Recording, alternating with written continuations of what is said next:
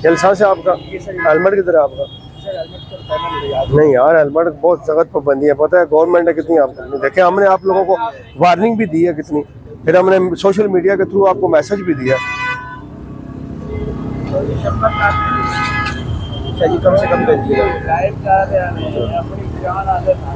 Mobile number नहीं बोलते। Helmet की सख्ती है भाईजान हर बंदे की। थोड़ा सा मैं आज आप हमारे साथ तावन करें प्लीज। चलान करिए, कम से कम करिए। नहीं काम नहीं है, वही है जो 2000 फाइन हेलमेट का है। 2000 अच्छा जी, जब करें 200 रुपये का करें। लाइसेंस बना ले।